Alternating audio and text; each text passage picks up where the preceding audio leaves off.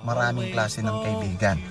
Nandyan na yung kaibigan pangtawanan, kaibigan na nandyan lang pag may kailangan, at syempre, kaibigan na pwedeng pagkatiwalaan.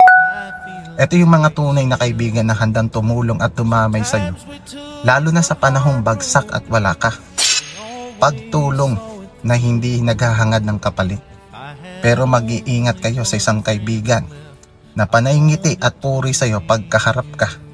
Pero pag nakatalikod ka, tinitira ka. Tandaan mo, hindi ka perpekto para puriin na parang santo.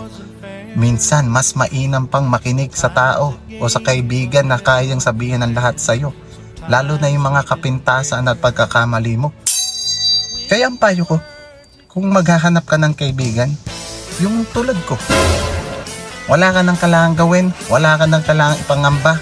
Pag mumukha ka pa lang, resibo na ng tiwala.